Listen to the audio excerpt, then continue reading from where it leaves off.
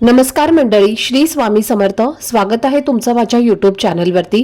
आजचा दिवस तुम्हा सर्वांना खूप छान, सुखाचा, आनंदाचा आणि समाधानाचा जाऊ देत, हीच मी स्वामींच्या चरणी प्रार्थना करते आणि आजच्या या नवीन व्हिडिओला सुरुवात करते. पण त्या अगोदर तुम्ही माझ्या चॅनलवरती जर नवीन असाल तर चॅनलला पण लगेच सबस्क्राईब करा आणि कमेंटमध्ये श्री स्वामी समर्थ लिहायला अजिबात विसरू नका. उद्या 6 जानेवारी 2026 मंगळवार आहे आणि हा दिवस खूपच खास आहे, कारण उद्या वर्षातली पहिलीच संकष्टी चतुर्थी येत आहे.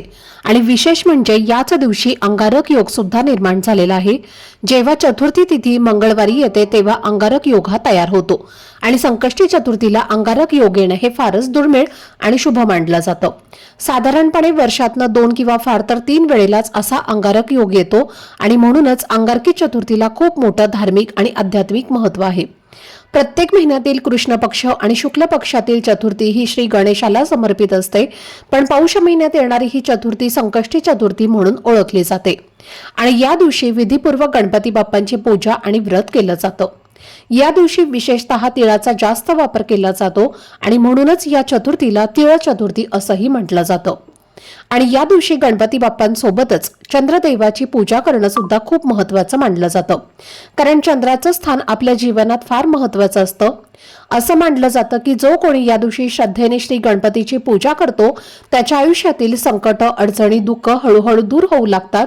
विशेष म्हणजे अंगारकी चतुर्थीला व्रत केल्याने वर्षभर येणाऱ्या सर्व संकष्टी चतुर्थीचं पुण्य एकट्याच दिवशी मिळतं. म्हणजेच सगळ्या चतुर्थींचं शुभफळ आपल्याला प्राप्त होतं आणि म्हणूनच प्रत्येकाने या दिवशी शक्य असेल तर व्रत करून गणपती बाप्पांची पूजा करावी.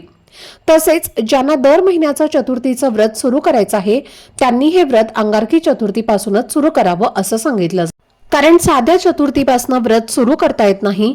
जेव्हा अंगारक योग निर्माण होतो तेव्हाच अंगारकी चतुर्थीचं व्रत करून पुढील सर्व चतुर्थींची परंपरा सुरू केली जाते. त्यामुळे जर तुम्हालाही हे व्रत सुरू करायचं असेल तर उद्याच्या या शुभ दिवसापासून तुम्ही नक्कीच सुरुवात करू शकता. जर तुम्ही उद्या अंगारकी चतुर्थीचं व्रत करणार असाल तर संपूर्ण दिवसभर उपवास करायचा असतो. उपवासाचे पदार्थ खाऊन तुम्ही हे व्रत करू शकता आणि संध्याकाळी चंद्रोदय झाल्यानंतर चंद्रदेवाची आणि गणपती बाप्पांची आरती करूनच व्रत सोडायचं असतं, कारण चंद्रदर्शनाशिवाय व्रत सोडल्यास त्या व्रताचं पूर्ण फळ मिळत नाही असं मानलं जातं. उद्या अंगारकी चतुर्थीला चंद्रोदयाची वेळ रात्री 9:16 आहे, त्यामुळे या वेळेनंतर तुम्ही चंद्राची पूजा करून व्रत सोडू शकता. तर मंडळी, अंगारकी चतुर्थी हा दिवस धार्मिक दृष्टिकोनातून खूप महत्त्वाचा असल्यामुळे या दिवशी काही प्रभावी विशेष उपाय आणि सेवा या केल्या जातात. आणि आजच्या या व्हिडिओमध्ये मी तुम्हाला एक अतिशय प्रभावी असा उपाय सांगणार आहे. उद्या मंगळवार आणि वर्षातली पहिलीच अंगारकी चतुर्थी असल्यामुळे तुम्ही उपवास नाही केला तरीही चालेल, पण सकाळी घरात एक विशिष्ट झाडाचं एक पान आणलं तर असं म्हटलं जातं की तुमचे शत्रू स्वतःहून माफी मागायला येतील. पिढ्यानपिढ्यांचं दारिद्र्य हे नष्ट होईल आणि कितीही कठीण इच्छा असेल तर गणपती बाप्पा ती पूर्ण करतील. तर हे कोणत्या झाडाचं पान आणायचं आहे आणि ते कसं आणायचं आणि त्याचा उपयोग कसा करायचा याबद्दलची संपूर्ण माहिती आजच्या व्हिडिओमध्ये मी तुमच्यासोबत शेअर करणार आहे. त्यामुळे व्हिडिओ हा स्किप न करता शेवटपर्यंत नक्की पहा, जेणेकरून तुमच्यापर्यंत योग्य ती माहिती पोहोचेल. आणि तुम्ही माझ्या चॅनलवरती जर नवीन असाल तर चॅनलला पण लगेच सबस्क्राईब करा आणि बेल आयकनला पण प्रेस करा, म्हणजे मी जेव्हा कधीही नवीन व्हिडिओज अपलोड करेन त्याचं नोटिफिकेशन सर्वात आधी तुम्हाला मिळेल आणि तुमचा एकही व्हिडिओ हा मिस होणार नाही. तसेच खाली असलेल्या हाय बटनवर सुद्धा क्लिक करा. तर मंडळी पहा, प्रत्येक महिन्यात एक चतुर्थी तिथी येतच असते, पण प्रत्येक चतुर्थीचं नाव आणि तिचं महत्त्व वेगवेगळं असतं आणि त्यातल्या त्यात पौष महिन्यात येणारी ही चतुर्थी खूपच शुभ आणि विशेष मानली जाते, कारण ही वर्षातली पहिली चतुर्थी आहे आणि त्यातही अंगारक योग निर्माण झालेला असल्यामुळे या दिवसाचं महत्त्व अजूनच वाढतं.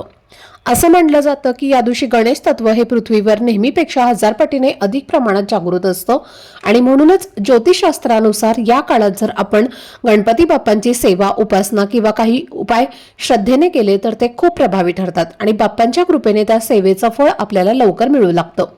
तर मी आजच्या व्हिडिओमध्ये जो तुम्हाला उपाय सांगणार आहे तर हा उपाय तुम्हाला उद्या अंगारकी चतुर्थीच्या दिवशी सकाळी 12 वाजण्याच्या आधी करायचा आहे.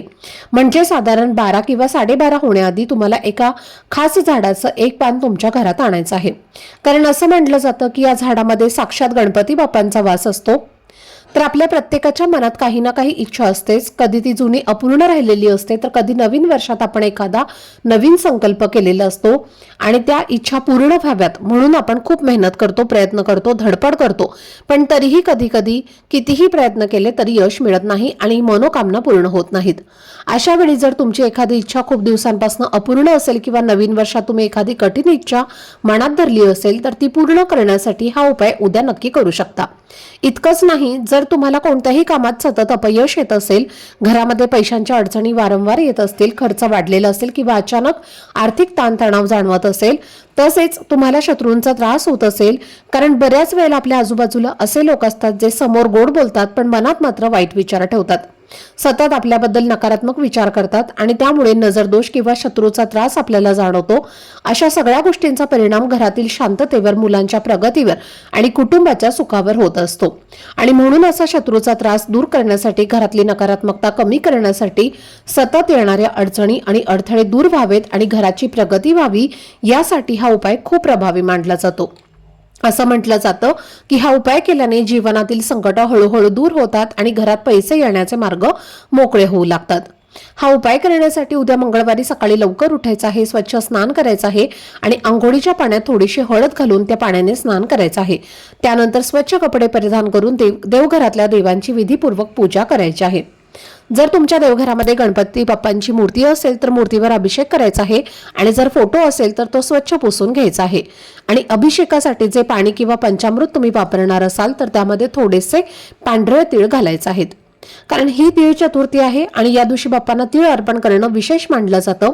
अभिषेक झाल्यानंतर गणपती बाप्पांची मूर्ती स्वच्छ पुसून घ्यायची आहे आणि एका पाटावर मूर्ती ठेवायची आहे.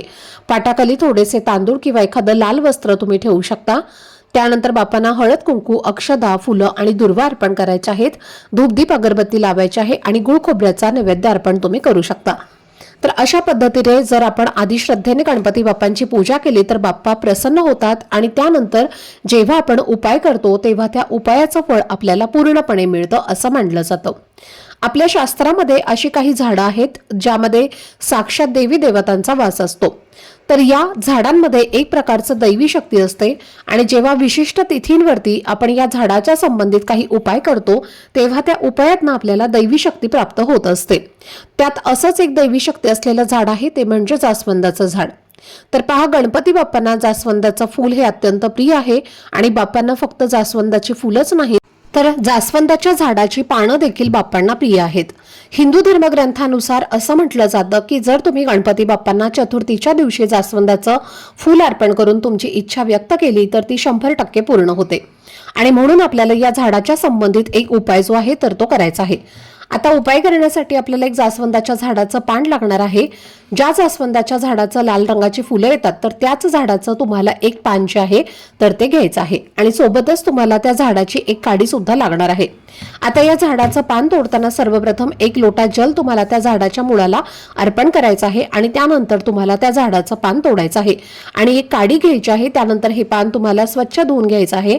देवघरासमोर बसून हा उपाय करायचा आहे.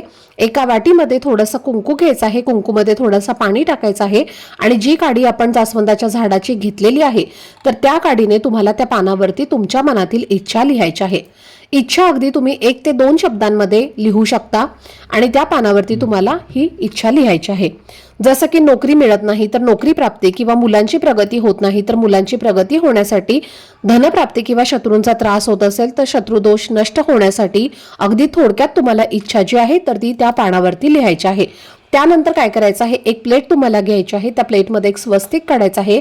कुंकवाने हे स्वस्तिक तुम्ही काढलं तरी सुद्धा चालेल.